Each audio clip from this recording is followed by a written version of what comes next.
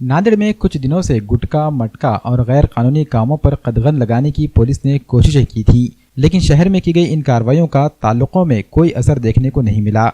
नांदेड़ के ताल्लुके भोकर में खुलेआम गैर कानूनी काम चलाए जा रहे हैं। भोकर की तकरीबन हर दुकान पर गुटखा और ममनुआ जर्दा फरोख्त होना आम बात हो गई है। वहीं रेस्ट हाउस के सामने, बस स्टैंड और चौक में खुलेआम मटके का कारोबार चलाया जा रहा है। शहरियों का इल्जाम है कि पुलिस के नाक के नीचे ये काला कारोबार चलाया जा रहा है, जिसमें गरीबों की मेहनत की कमाई डूब जाती है, फिर भी पुलिस कोई कार्रवाई नहीं कर रही है। वहीं शहर के बाहरी इलाकों में जुए के अड्डे चलाए जा रहे हैं। अंबेडकर चौक पर गैर कानूनी गाड़ियों की पार्किंग को देखकर भी पुलिस कोई कार्रवाई नहीं कर रही है।